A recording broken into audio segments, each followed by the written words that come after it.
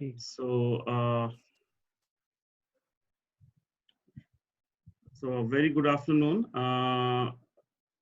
Till date, we have studied some of the aspects of neurohumoral transmission, and today onwards, we'll be studying cholinergic neurotransmission. So, first of all, you must be knowing what is cholinergic neurotransmission. So, cholinergic neurotransmission is transmission of nerve impulses through synapses at cholinergic sites. What do you mean by cholinergic sites?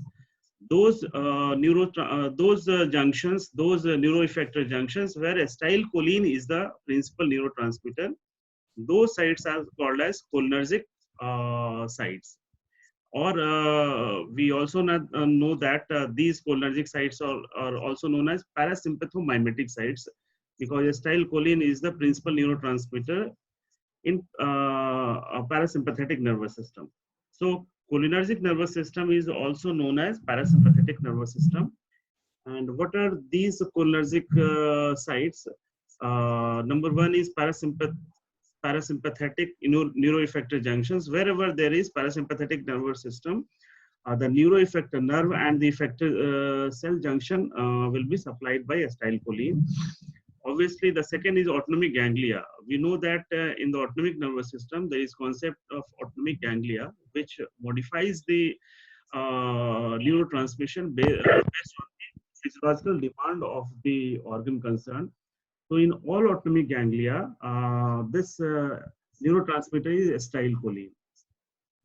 Apart from these autonomic ganglia, in the adrenal medulla, what is the function of adrenal medulla, Shruti? Which neurotransmitter is released from adrenal medulla? Noradrenaline. Yes. So norepinephrine is the neurotransmitter, or epinephrine. Norepinephrine is converted to epinephrine, which is also called as adrenaline. So this hormone is released by adrenal medulla, this epinephrine. And in the adrenal medulla, what is the neurotransmitter which guides the release of this epinephrine? It is the acetylcholine. So now we can say that acetylcholine is the universal neurotransmitter which also guides the release of epinephrine, which is an adrenergic neurotransmitter. So in adrenal medulla also, acetylcholine is the neurotransmitter. In all the somatic myoneural junctions, in all the skeletal muscle fibers where there is nerve supply, in all somatic myoneural junctions, acetylcholine is the neurotransmitter. And we know that acetylcholine is also a neurotransmitter in certain portions of central nervous system. So acetylcholine is also a neurotransmitter in CNS. There are so many neurotransmitters, more than 30 neurotransmitters in central nervous system. Among those, acetylcholine is one of them. Okay. So now we can see that we have to study this cholinergic neurotransmission. So the first step in cholinergic neurotransmission is synthesis of the neurotransmitter. As we have already studied that this neurotransmitter acetylcholine is synthesized in the presynaptic axons, and after synthesis it will be stored there in synaptic vesicles.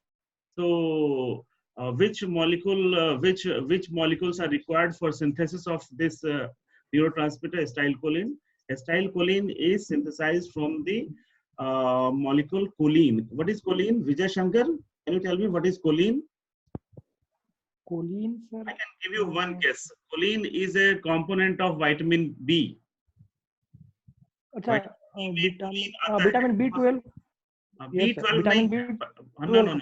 It is not. That is cyanocobalamin, but it is a minor. It is considered as one vitamin. Now there is some controversy also, but this choline is a very vital molecule for synthesis of this neurotransmitter. You can see the structure of choline, and in this choline, when acetic acid is added, this acetyl group is provided by this acetic acid. So when acetic acid transfers this acetyl group to the choline molecule, the compound formed is called as acetylcholine. And now this compound has got very beautiful neurotransmitter function. I had already discussed that no any molecule can serve as a neurotransmitter. Only those molecules which have certain properties, like the molecule should be synthesized and stored in the presynaptic granule. After release, it should be able to elicit the postsynaptic junctions, and parallel action potential should be generated there. And if it is EPSP, action potential will be generated and carry forward. If it is IPSP, it will be inhibited at that site. So it should be, and parallel, the action of these neurotransmitters should be mimicked by artificial administration of these drugs. So we had discussed that these were the criteria for any molecule to act as a neurotransmitter. Now this acetylcholine has got all those properties. What is the enzyme which synthesizes this acetylcholine neurotransmitter? What is the name of that enzyme? It is written here. The enzyme which transfers acyl molecule to the acyl group to the choline. So it will be called as choline acetyl transferase. The molecule which transfers acyl group over the choline, the enzyme will be known as choline acetyl transferase, or simply it is called as choline acetylase. So you have to remember this name. This is the enzyme responsible for synthesis of acetylcholine molecule. Now where this enzyme is found? ये enzyme cell में कहाँ पे होगा? जहाँ पे acetylcholine की synthesis हो रही है. And where this acetylcholine is synthesized? Vijay Shankar? Presynaptic. Yes, in the presynaptic nerve axonal terminals. I had told you that it is not synthesized. These are non-peptide neurotransmitters, so they'll be synthesized at the neuronal terminals, not in the cell body. Okay. So it's a very simple synthetic pathway. Two molecules are involved, acetic acid and choline, and there is one step synthetic pathway by means of choline acetyl transferase enzyme, and compound formed is acetylcholine. So this synthesis reaction is very fast, and as and when body requires, the body synthesizes this compound acetylcholine. What is the limiting molecule for synthesis of this acetylcholine neurotransmitter? It is the choline.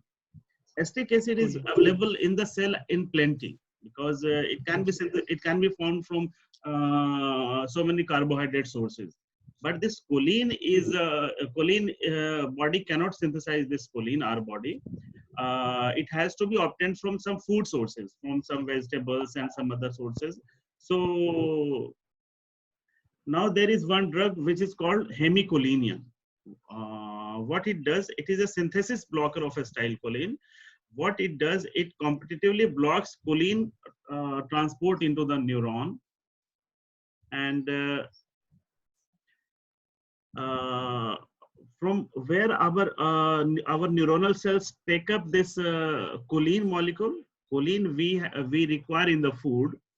There are so many vegetables and there are so many sources of food which contains choline. So this choline is being absorbed from the GI tract, and in the blood, from the blood, these neuronal cells take up choline. And this choline, what is the limiting reaction? The amount of choline, the availability of choline inside the neuron. And there is one compound which is called hemicholine.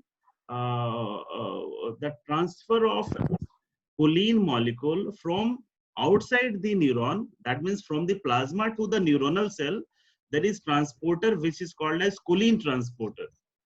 And now this hemicholine competitively blocks the transport or intracytoplasmic movement of intraneuronal movement of this choline.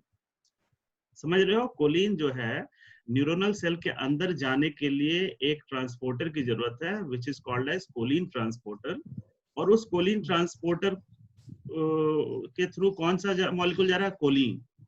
अगर साथ में body में हेमिकोलिनियम inject कर दें तो Colin को अंदर नहीं जाने देगा, ये खुद हेमिकोलिनियम चला जाएगा, ठीक है, और कोलिन अंदर अवेलेबल नहीं होगा तो एस्टाइल कोलिन की सिंथेसिस नहीं होगी। इसलिए हेमिकोलिनियम को एस्टाइल कोलिन का सिंथेटिक ब्लॉकर बोलते हैं, ठीक है, कि सिंथेसिस को रोकेगा, ठीक है। और ये uptake of choline inside the neuron, it is the rate limiting step in synthesis of acetyl choline. पूरे प्रोसेस में कौन सा स्टेप सबसे स्लोएस्ट फैक्टर है जिसकी वजह से एस्टाइल कोलिन की कॉन्सेंट्रेशन डिपेंड कर रही है, वो inside intra neuronal availability of choline molecule. अब वो कैसे अवेलेबल हो रहा है, बाहर से अंदर आ रहा है, तो बाहर से जितना ज्यादा अंदर आएगा उतना ज्यादा बनेगा। तो यही जो पॉइंट है, अपटेक ऑफ कोलिन जो है वो रेट लिमिटिंग स्टेप। तो अगर ये पूछा जाए कि क्या रेट लिमिटिंग स्टेप है in the synthesis of acetyl choline, तो आप एग्जाम में बना पाएंगे? यस जी सर। ओके, मूविंग फॉरवर्ड, एक बार इनकी सिंथेसिस हो गई, once this neurotransmitter is synthesised, this neurotransmitter is a very active molecule which can facilitate neurotransmission. So what is required, once this active molecule is synthesized, immediately it has to be packed. It should not be left open. So immediately it has to be packed in in some synaptic vesicle. So how it is stored? It is stored in the synaptic vesicle. What is synaptic vesicle? It is a membrane bound structure in which these granules, these neurotransmitters are stored in concentrated form. And once it is stored in concentrated form, it will be called as storage granules. Okay. So these this neurotransmitter is stored inside the synaptic vesicle. And what is the rate limiting step in storage? एक बार cytoplasm में, axonal cytoplasm में ये neurotransmitter synthesise हो गया, तो जो storage vesicles हैं गोल गोल, उसके अंदर जाने का जो प्रोसेस है उसमें मेम्ब्रेन को क्रॉस करके जाना होगा। अगेन मेम्ब्रेन पे एक ट्रांसपोर्टर होगा जो कोलिन, उसको हम कोलिन ट्रांसपोर्टर बोलेंगे, एस्टाइल कोलिन ट्रांसपोर्टर, जो साइटोप्लाज्म से इस एस्टाइल कोलिन को लेकर के अंदर स्टोरेज वेसिकल के अंदर ले जाए। और अगर किसी ड्रग से हम इस ट्रांसपोर्टर को ब्लॉक कर दें, एक ड्रग है वेजामिकॉल, ठीक है, ये जो ड्रग है वो एस्टाइल कोलिन के इंट्रा वेसिकुलर ट्रांसपोर्ट को ब्लॉक करता है, कॉम्पिटिटिवली इनहिबिट करता है। जिस रास्ते से, जिस ट्रांसपोर्ट के थ्रू ये अंदर जा रहा है उसको ब्लॉक कर देगा, तो स्टोरेज वेसिकल के अंदर जाने नहीं देगा, स्टोर नहीं होने देगा। जैसे आपके जो पैसे हैं टाइम टू टाइम आप बैंक में डिपॉजिट करते हो, अगर बैंक में तालाबंदी हो जाए तो आप जमा नहीं कर पाओगे, या कोई जाने से रोके तो आपके पास रहेंगे तो खर्च हो सकते हैं फिर। तो अगर वो डिपॉजिट नहीं होगा और एक्सोनल साइटोप्लाज्म अगर रह जाता है तो कोई ना कोई एंजाइम इसको फिर डिस्ट्रॉय कर सकता है, इसका डिस्ट्रक्शन हो सकता है, ठीक है। तो इस तरीके से इसका स्टोरेज होता है। Coming next, once this neurotransmitter is stored inside the storage vesicle, whenever it is required, it is released from the storage vesicle. और इसके release कहाँ पे होगी? इसका release, you see this photograph, this is this part represents the presynaptic granule, presynaptic neuron. ये axonal terminal है, और इसी के अंदर में जो देखो आप, ये जो सारे इवेंट्स हैं, यहाँ पे जो है एस्टिक एसिड जो है ट्रांसफर कर रहा है कोएंजाइम ए और कोलिन, और इससे फॉर्म हो करके बन गया एस्टाइल कोलिन बन गया। And the enzyme which converts these two in acetyl choline is the choline acetyl transferase, short में CHAT लिखा है। Now this acetyl choline has to be transported into the, ये क्या है गोल, क्या है ये? दिस इज स्टोरेज वेसिकल, जिसके अंदर स्टोरेज वेसिकल, साइनेप्टिक वेसिकल तो ये वाला है, तो इसके अंदर एस्टाइल कोलिन को स्टोर होना है। और यहाँ पे एक ट्रांसपोर्टर है, this transporter is called as vesicular acetyl choline transporter, ठीक है। वेसिकल के ऊपर जो एस्टाइल कोलिन का ट्रांसपोर्टर है, और इस ट्रांसपोर्टर को एक माइनस दिखा रहा है ना रेड लाइन से, एक ड्रग है वेजामिकोल जो इसको ब्लॉक करता है, मतलब आकर के इसको ब्लॉक कर देगा, तो अंदर नहीं एस्टाइल कोलिन जाएगा। तो एस्टाइल कोलिन का ये जो हो जाएगा, वेजामिकोल को बोलेंगे स्टोरेज ब्लॉकर, जो स्टोर नहीं होने देगा। Now when action potential comes, जब जो है रिलीज की बारी हो गई, जब कोई एक्शन पोटेंशियल आ रहा है प्री सिनेप्टिक न्यूरॉन से, तो what happens that these storage granules इस पे कैल्शियम आयन आके बाइंड करता है और ये धीरे धीरे धीरे धीरे पेरिफेरी पे मूव करता है, और ये जो स्टोरेज वेसिकल्स हैं ये सेल मेम्ब्रेन जो नर्व सेल मेम्ब्रेन वेसिकल से फ्यूज हो जाएंगे, मर्ज हो जाएंगे, और इसका कंटेंट्स बाहर आ जाएगा। आप देख रहे हो यहाँ पे, तो ये रिलीज के मैकेनिज्म्स हैं, और रिलीज इस तरीके से रिलीज हो गया। और रिलीज होने के लिए, रिलीज में भी कुछ एक ब्लॉकर्स हैं, एक है बोटुलिनम टॉक्सिन, हम लोग यहाँ पे देखें तो रिलीज क्या है कि कुछ एक टॉक्सिन्स हैं, कुछ एक कंपाउंड्स हैं जो इस रिलीज प्रोसेस को ब्लॉक करता है। एक है बोटुलिनम टॉक्सिन जो है इसके रिलीज को ब्लॉक करता है, रिलीज नहीं होने देगा। और एक है ब्लैक विडो स्पाइडर टॉक्सिन, एक स्पाइडर टॉक्सिन है, नाम है ब्लैक विडो स्पाइडर टॉक्सिन। अगर ये स्पाइडर काट ले तो जितने अपने पास स्टोर्ड एसिटाइलकोलिन न्यूरोट्रांसमीटर्स हैं सारे के सारे रिलीज हो जाएंगे ऑल ऑफ अ सडन। तो अब क्या हो गया कि जितना अपना स्टोरेज है सारा खत्म हो गया। उस समय तो हेवी कोलिनर्जिक सिम्टम्स आएंगे, लेकिन उसके बाद जो है जब कोई न्यूरोट्रांसमीटर आएगा, तो जब कोई एक्शन पोटेंशियल आएगा तो ट्रांसमिट नहीं होगा, क्योंकि स्टोर्ड न्यूरोट्रांसमीटर है नहीं। तो अल्टीमेटली ये सेकंड वाला भी जो है इनहिबिशन नहीं कर रहा है, रिलीज को ब्लॉक कर रहा है, क्योंकि कुछ है ही नहीं हमारे अकाउंट में, जितने पैसे आपने खर्च कर दिए, तो जब जरूरत है तो हम चेक बाउंस कर जाएगा, नहीं निकलेगा। तो ये सारा स्टोरेज अगर डिप्लीट हो जाए तो इसको भी हम रिलीज ब्लॉकेट बोलेंगे। इनडायरेक्टली ये इनडायरेक्ट मैकेनिज्म है। तो ये सारे जो पिक्टोरियल्स हैं वो उस प्रोसेस को डिपिक्ट कर रहे हैं। अब एक बार रिलीज हो गया तो वो जो न्यूरोट्रांसमीटर है एसिटाइलकोलिन कहाँ पे जाएगा? सिनैप्टिक क्लेफ्ट में। ये जो न्यूरोट्रांसमीटर यहाँ सिनैप्टिक क्लेफ्ट में आ गया, अब ये कहाँ जाएगा? ये पोस्ट सिनैप्टिक मेम्ब्रेन पे इसके कुछ रिसेप्टर्स हैं। इसके एसिटाइलकोलिन के दो तरीके के रिसेप्टर्स होते हैं। विपिन बताएगा क्या क्या इसके रिसेप्टर्स के नाम हैं? एसिटाइलकोलिन के दो रिसेप्टर्स हैं, एक है मस्कर्निक रिसेप्टर, दूसरा क्या बोलते हैं उसको? Nicotinic receptor. तो इसके दो टाइप के रिसेप्टर्स हैं, दो बच्चे इसके हैं समझिए। तो ये पहला वाला दिखा रहा है मस्कर्निक रिसेप्टर और ये निकोटिनिक रिसेप्टर। दोनों का स्ट्रक्चर शेप अलग अलग है, लेकिन एसिटाइलकोलिन दोनों से बाइंड करता है, ठीक है? तो दोनों टाइप के रिसेप्टर को एक्टिवेट करेगा और फिर यहाँ पे ईपीएसपी जनरेट होगा। ये एसिटाइलकोलिन ईपीएसपी जनरेट करता है, ठीक है? तो यहाँ पे फिर एक्शन पोटेंशियल जनरेट होगा। अब ये मस्कर्निक रिसेप्टर नॉर्मली प्रेजेंट होता है, हार्ट में प्रेजेंट होता है, जीआई ट्रैक्ट में प्रेजेंट होता है। तो अगर हार्ट में प्रेजेंट होगा तो हार्ट की एक्टिविटी स्लो डाउन होगी, अगर जीआई ट्रैक्ट में है तो जीआई ट्रैक्ट की एक्टिविटी बढ़ेगा, क्योंकि हमने पढ़ा है कि पैरासिम्पैथेटिक नर्वस सिस्टम जब एक्टिव होता है तो हमारा जीआई ट्रैक्ट का पाचन की जो प्रक्रिया है वो बढ़ती है, हार्ट की एक्टिविटी। जब रात में सोए रहते हैं तो हार्ट बीट तो स्लो रहता है, तो हार्ट पे स्लो करेगा। अब कैसे करता है ये डिटेल हम लोग लेटर ऑन डिस्कस करेंगे। तो एक बार अगर ये रिलीज हो जाए तो रिलीज होने के माइक्रो सेकंड्स में, मिली टू माइक्रो सेकंड्स में इस न्यूरोट्रांसमीटर का डिस्ट्रक्शन होना चाहिए। This neurotransmitter has to be destroyed within milli to micro seconds, मतलब बहुत कम टाइम में। उतना टाइम में एक जैसे ही ये जो पोस्ट सिनैप्टिक मेम्ब्रेन है ना, इसको टच कर दिया इस रिसेप्टर को, इसी रिसेप्टर के आजू बाजू में अगल बगल में इसका डिस्ट्रॉय करने वाला एंजाइम भी बैठा रहता है, तो जैसे टच करता है उसको डिस्ट्रॉय भी कर देता है। And what is the name of that destroying enzyme which destroys acetylcholine? It is called as acetylcholine esterase.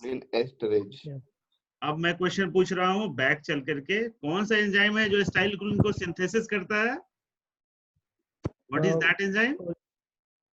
Shruti? Acetyl sir acetylcholine transferase. It is not transferase. You can say choline transferase or yes, or acetyl you can say acetylcholine transferase, okay? And the enzyme which destroys it is acetylcholine esterase. Why it is esterase? क्योंकि Colin और इसमें जो है, आप यहाँ पे synthetic pathway देखिए, तो यहाँ पे इसका एसिटिक एसिड है, इसमें COH कार्बोक्सिलिक एसिड ग्रुप है और यहाँ पे हाइड्रोक्सिल ग्रुप है। इन दोनों के बीच में कंडेंसेशन होता है और कंडेंसेशन के बाद जो है एक वाटर मॉलिक्यूल फॉर्म होता है, एक पानी का एक वाटर मॉलिक्यूल फॉर्म होगा और ये वाटर मॉलिक्यूल निकल जाएगा। तो इसको डिस्ट्रॉय करने के लिए फिर एक वाटर मॉलिक्यूल हमको चाहिए, तो इस रिएक्शन को बोलेंगे हाइड्रोलिसिस। हाइड्रोलिसिस रिएक्शन से जो है वो फर्स्ट मतलब सिंथेसिस होगा। from by hydrolysis reaction this enzyme breaks down this neurotransmitter। तो देख रहे हो कि यहाँ पे एस्टाइल कोलिन है न्यूरोट्रांसमीटर, एक मॉलिक्यूल वाटर अगर इससे अटैच होगा तो ये एंजाइम एस्टाइल कोलिन एस्ट्रेज इसको वापस एस्टिक एसिड और कोलिन में ब्रेक डाउन कर देता है, ब्रेक कर देगा। और इस कोलिन को बॉडी क्या करता है, रिसाइकिल करता है, फिर से री अपटेक कर लेता है सेल्स, और इसको फिर नेक्स्ट न्यूरोट्रांसमीटर बनाने में यूज करेगा। और एस्टिक एसिड तो वहां डिस्ट्रॉय हो जाएगा कोई ना कोई सेल क्रेब्स साइकिल में, या फिर इसको कार्बोहाइड्रेट टाइप का मॉलिक्यूल है तो इसको यूटिलाइज कर लेगा, तो एस्टिक एसिड की कमी नहीं होगी।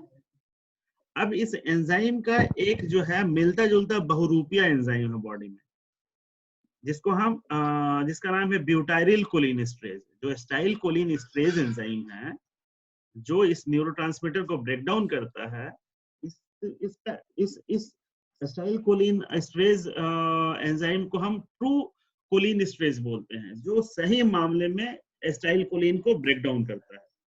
क्या मतलब है सही मामले में ब्रेक डाउन करने का मतलब कि this enzyme is broken instantaneously, this enzyme breaks down acetyl choline very fast, ये भी मिली सेकंड में ब्रेक डाउन करता है। ये बॉडी में one of the fastest biochemical reactions है। मेरे को तीनों में कोई बता सकता है which reaction is the fastest biochemical reaction in the body? मैं एक हिंट दे रहा हूँ, वो लंग्स में होता है, जब सांस लेते हैं ना हम। यस सर, वो मतलब कि कार्बोनिक एनहाइड्रेज एंजाइम के प्रेजेंस एक एंजाइम है कार्बोनिक एनहाइड्रेज जो क्या करता है, क्या करता है कार्बोनिक एनहाइड्रेज? मतलब हीमोग्लोबिन को मतलब carbonic anhydrase carbon dioxide and water को कार्बोनिक एसिड में कन्वर्ट करता है, और कार्बोनिक एसिड जो है बाइकार्बोनेट और हाइड्रोजन आयन में डिसोसिएट करता है। तो इस तरीके से आप कार्बन डाइऑक्साइड को एक्सहेल आदि वगैरह कर पाते हैं। वो रिएक्शन जो है बॉडी में फास्टेस्ट है। उसके बाद जो सेकंड फास्टेस्ट है ये है एस्टाइल कोलिन का ब्रेकडाउन। ठीक है, उसके एट पार है, और कोई बायोकेमिकल रिएक्शन इतना फास्ट मिली सेकंड में नहीं होता है। आपको कोई टच करता है तो इंस्टेंटेनियसली टच की फीलिंग होती है, और फीलिंग होते हुए ये सारा तीनों चारों प्रोसेस हो गया, स्टोरेज से रिलीज भी हो गया। स्टोर्ड तक तो पहले से सिंथेसिस हो गया, स्टोर्ड है न्यूरोट्रांसमीटर, रिलीज हुआ, रिलीज होते ही रिसेप्टर्स को ये ट्रिगर किया, रिसेप्टर से मैसेज आगे आकर के ब्रेन में गया, और ये जो है एंजाइम इंस्टेंटेनियसली डिस्ट्रॉय हो जाएगा। ये सॉरी ये जो मॉलिक्यूल है एंजाइम उसको तुरंत डिस्ट्रॉय कर देगा। ठीक है, तो ये मैंने बताया कि इस एंजाइम को इसलिए ट्रू कोलिनेस्ट्रेज बोलते हैं, एस्टाइल कोलिनेस्ट्रेज को। लेकिन एक स्यूडो कोलिनेस्ट्रेज भी है, फॉल्स कोलिनेस्ट्रेज भी है, जिसका नाम है ब्यूटाइरिल कोलिनेस्ट्रेज। ये नॉर्मली जो हमारा लीवर प्लाज्मा इन चीजों में होता है, जो बहुत सारा हम एस्टर कंपाउंड्स खाते हैं ना, उसको ब्रेक डाउन करता है। लेकिन ये भी जो है एस्टाइल कोलिन को ब्रेक डाउन कर सकता है। लेकिन एस्टाइल कोलिन का जो हाइड्रोलिसिस है, acetyl cholinesterase enzyme very fast करता है, माइक्रो सेकंड्स में करता है, लेकिन ये ब्यूटाइरिल कोलिनेस्ट्रेज स्लो करेगा। तो ये सारे कुछ एक डिफरेंसेस हैं जिसको आप देखेंगे। अगले क्लास में will discuss the different cholinergic receptors. एक ब्रीफली बताएं आपको कि कोलिनर्जिक रिसेप्टर्स दो टाइप के होते हैं। One is muscarinic receptor, other is nicotinic receptor. नाम क्यों दिया हुआ है? क्योंकि जो दो कंपाउंड है, एक कंपाउंड है मस्कारीन जो एक मशरूम प्लांट अमेंटा मस्कारिया से ऑब्टेन होता है, और ये देखा गया कि ये सेलेक्टिव जो एस्टाइल कोलिन के जो रिसेप्टर्स बताए दो टाइप के हैं। तो दो टाइप है, दोनों का स्ट्रक्चर अलग है। तो अब एस्टाइल कोलिन तो ऑल्दो दोनों से बाइंड करता है, तो प्रॉब्लम क्या हुआ कि लोग सर्च करने लगे कि क्या हमारे पास कोई सेलेक्टिव एगोनिस्ट है। सेलेक्टिव एगोनिस्ट कहने का मतलब जो सिर्फ और सिर्फ एक ही रिसेप्टर क्लास पे बाइंड करे, सिर्फ मस्कार्निक पे करे या निकोटिनिक पे करे। तो बाद में मस्कारीन पता चला कि सिर्फ मस्कार्निक जो ब्लू यहाँ दिखा रहे हैं उस पे बाइंड करता है, और निकोटीन सिर्फ दूसरा वाला पे बाइंड करता है। तो इसी हिसाब से रिसेप्टर का नाम कर दिया गया मस्कार्निक रिसेप्टर और निकोटिनिक रिसेप्टर। अगली क्लास में we will study what are the different muscarinic receptors, उसका बॉडी में क्या लोकेशन है, क्या फंक्शन है, और उसके सेलेक्टिव एगोनिस्ट एंटागोनिस्ट क्या है, और निकोटिक रिसेप्टर्स के क्या क्या हैं, और एस्टाइल कोलिन के क्या फंक्शन है बॉडी में, हर एक ऑर्गन सिस्टम पे क्या क्या करता है, क्या नहीं करता है। और एस्टाइल तो इतना करके एक क्लास का और लेक्चर है, इसमें हम लोग कोलिनर्जिक न्यूरोट्रांसमिशन को पैकअप करें। अभी तक किसी को कोई क्वेश्चन हो तो पूछ सकता है, otherwise we can stop the lecture. नहीं सर, एक बार सर पढ़ेंगे फिर। हाँ, तो आपके क्वेश्चन नहीं है तो मैं तो कुछ पूछ ही सकता हूँ, जैसे अभी तक आपको पढ़ाया है, आप लोग बताएंगे। First one by one I will ask to Shruti, you tell me when parasympathetic nervous system is active, what will be the effect on heart, whether heart rate will increase or decrease? Sir, it will decrease. Decrease. Why? Sir, वो vagus parasympathetic nerve system relax करता है heart को.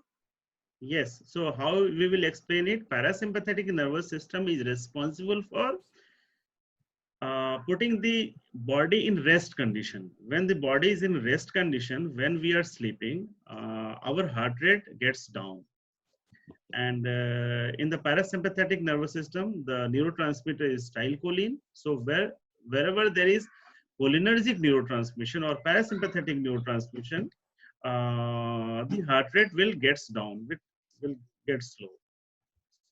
Okay, so you keep studying. In the next class, we'll pack up rest of the things. Thank you. Yes, thank you. Thank you, sir. Oh.